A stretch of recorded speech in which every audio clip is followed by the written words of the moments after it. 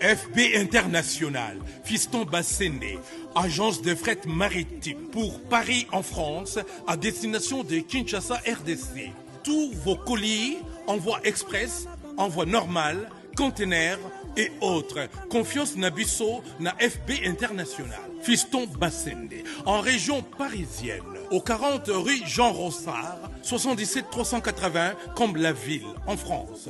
Contact, composé le plus 33 7 67 90 77 07. Et à Kinshasa RDC, votre contact au 72 avenue Maringa, commune de Kassavubu, référence à Sosa Chaba. Téléphone plus 243 89 89 11 402. Le fret maritime. Ezali Mosala ya FB International. Fiston Bassende. Allez vite, vite, mais alors très vite chez FB International. Fiston Bassende. Kisalouna Kisalo.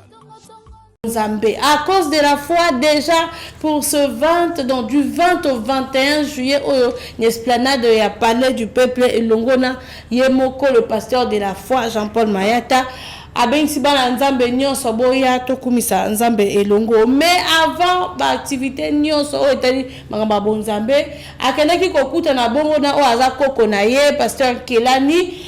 Pona été azwa li pamboli po ye moko pasteur Kelani abenga pasteur de la foi successeur Mokitani. Voilà tolanda élément oyo et bongo toko yeba makambo nini e salami kuna lolenge kani pasteur de la foi akeko zwa bénédiction pona ma bongisi oyo ko sala ma bongo na esplanade ya palais du peuple du 20 au 21 juillet. Voilà, Bango Yoyo. Yambi. Pasteur Kelani. Comment ça va? Pour vivre. Et ça dit, moment de transition. Ya kukota na mukili oyo bongisi. Na yango nzambe. Tika le lubana yo. Et ça n'appuie que tout est accompli. Yes, yes. Dans le nom de Christ. Amen. Alléluia. Mon petit-fils. Soyez bénis de Dieu. Que ta tête soit vraiment là. L'ordinateur spirituel. Osala vraiment à sensibilité ya kuyoka. Oyo nzambe alinyete oloba. Tika matoina yo ya molimo ezala éclairé. Na kumula Yesu. Pakula bana mafuta ya molimo sa. Tika nguya nyosha bitoro na Satana. Et zika moto na molimo mo santo. Alléluia. Évangéliste Jean-Paul Mayata à cause de la foi. Suivez. Quoi de neuf? À cause de la foi, 9e édition, une campagne d'évangélisation destinée pour le salut des âmes et pour la délivrance de tous. À l'esplanade du Palais du Peuple, Kinshasa, Lingwala. Avec l'évangéliste Jean-Paul Mayata, pasteur de la foi, du samedi 20 au dimanche 21 juillet à 14h. Soyez les bienvenus. Boye Imalam, Kole Sumasia Nazareth Apambola Bini.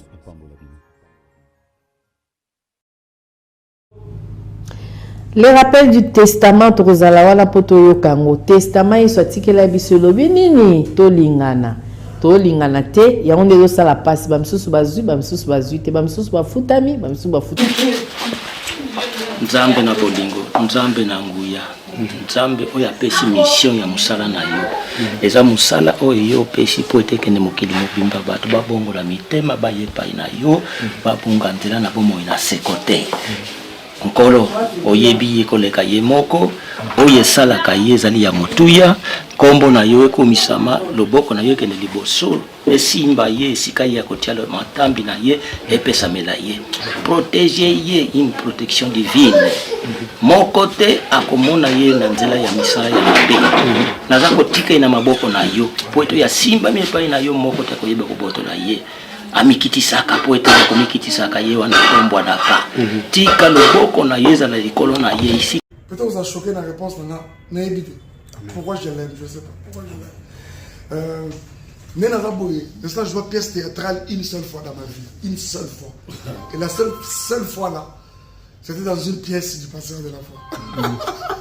Allez-y comprendre. Et ça, c'est une histoire qui va dater de 20 ans. Bientôt 20 ans. Ça, c'est ce que je suis en train de vous dire là. Donc, allez-y comprendre que c'est mon frère. Et ce que moi j'aime, c'est le sérieux. Son engagement pour l'avancement du royaume. Vous savez, visiblement, tout le monde a pour parce qu'il a reçu un appel de la part du Seigneur. Il est engagé, il sert Dieu dans la droiture, sans polémique. Et ça, c'est ce qui est positif. Donc nous serons là pour louer le Seigneur avec tous les enfants de Dieu.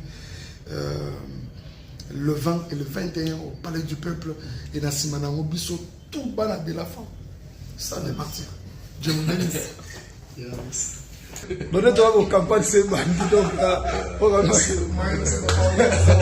Donc c'est-à-dire campagne tokoti makambo tokoti makambo nasengi majabu gospel akota makambo que nous ayons la plus belle campagne que nous n'avons jamais connue à cause de la foi. À cause de la foi.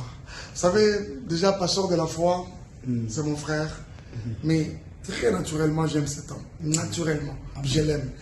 C'est le genre de personne qu'on retrouve, mais parce qu'on a la personne de la foi pour un île. Peut-être vous a choqué la réponse, n'a évité. Pourquoi je l'aime, je ne sais pas. Pourquoi je l'aime. Je vois pièce théâtrale une seule fois dans ma vie. Une seule fois. Et la seule fois là, c'était dans une pièce du Pasteur de la foi. Allez-y comprendre. Et ça, c'est une histoire qui va dater de 20 ans.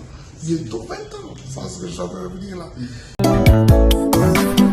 À cause de la foi, monene sangisaka bato kondima. Miso primordial bato babongola nde mitema. Rendez-vous monene yakamba na moko na mbula. Boya tosanga na poto tombola nkolo Yesu. Mangomba nyonso bikolo nyonso tosanga na lokola mutu moko. À cause de la foi. À cause de la foi, monene sangisaka bato kondima. Miso primordial bato.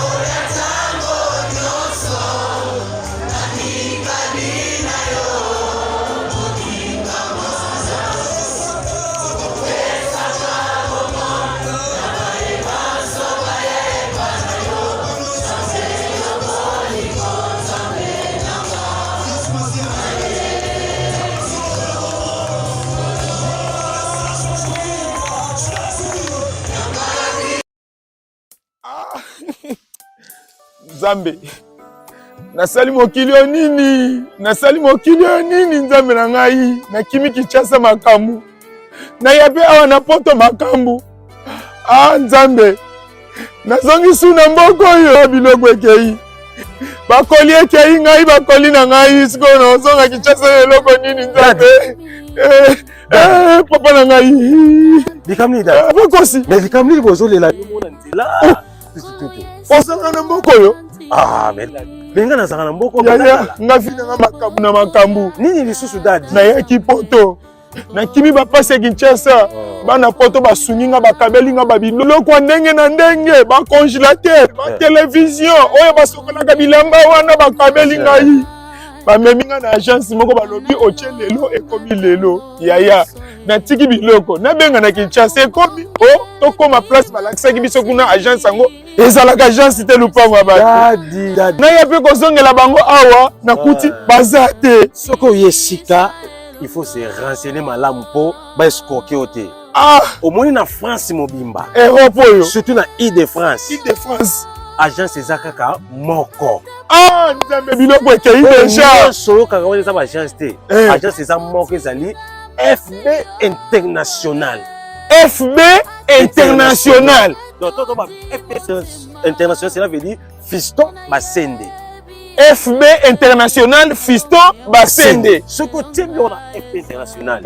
Yebaka ngo ce côté biloko na yo lala pongisa na mutema kokita pourquoi parce que okozwa biloko no ya kokoka biloko nyonso baso keloko bokote ya mutu ce côté a dadi mais côté yo FB International yango awa siko biloko esekei atola bisinga FB International yango na suka wapi nzambe na ngai pourquoi makambo ezolanda biloko esekei tala erne komona FB International nzambe na ngai mutuka na cheki ekei ngai komi tokisama te mbala nsima bakoesikoke su te omoni FB International yango ramassage yango moko kati tomona biloko ekei deja na komona FB International na beta omoni FB International yango pourquoi pour rien FB International les agences oyasi batindaka puis basaka nini bazwaka FB International ezakaka na Congo Kinshasa kaka te sikoyo ebakisi pe ba voyage ya Angola. OK. Lelo pe bato bazotia même espèce na France bato bazwi na Angola. Et bongo pona biso to pe ba nyonso baza pe na mbongo aningi atinda. FB International aza agence oza na solution ya ba mabota pe ya mabia bato. Na FB International transfert ya mbongo pe salamaka. Ce côté na 12h30, 12h31 mutazui. C'est ça, c'est moko na Congo pour mutozo mbongo. Même na Angola, ceux qui ont pesi mbongo en France, de qu'on a vu à partir d'Angola. Pesi quand numéro na ye, numéro mutazo ba bengi a zimbongo sans problème. Bon ça na nzambe évangéliste kosi. Na nina tu na yobu. Ezala mutoza na mutuka. Ezala mutu yo asumi eloko nyonso oyo aza nango posa. Date limité ya kanda. Na kata FB International, ezala mituka totindaka. Ezala ba meuble biloko ndako totindaka. Ozomona aba ngungulu. Bakoni ya ndenge na ndenge namaka. Ba cuisine électrique totindaka. Ba jouer ya bana ekendaka. Moni bato mususu batiaka ba biloko na bango oyo nyonso balingi ekendaka. Ba paquet ya mai ekendaka. Bato mususu na zokende Congo. Aboyi na kosala ba mai asali provision na ye. Soko atie déjà va totindaka pe kendaka mituka ba meuble ba congélateur ba bafle ba instrument nyonso mi ekendaka. Yango na moni biloko ya ndenge na ndenge awa po FB International nandimi nasali erreur kobanda lelo vi na ngai kotinda biloko na Angola na Kinshasa na kobanda kosalela agence FB International kuna totindaka pe tozwaka epai ya Fiston Basende otelemela FB International façon na kopakolela ye akozwaka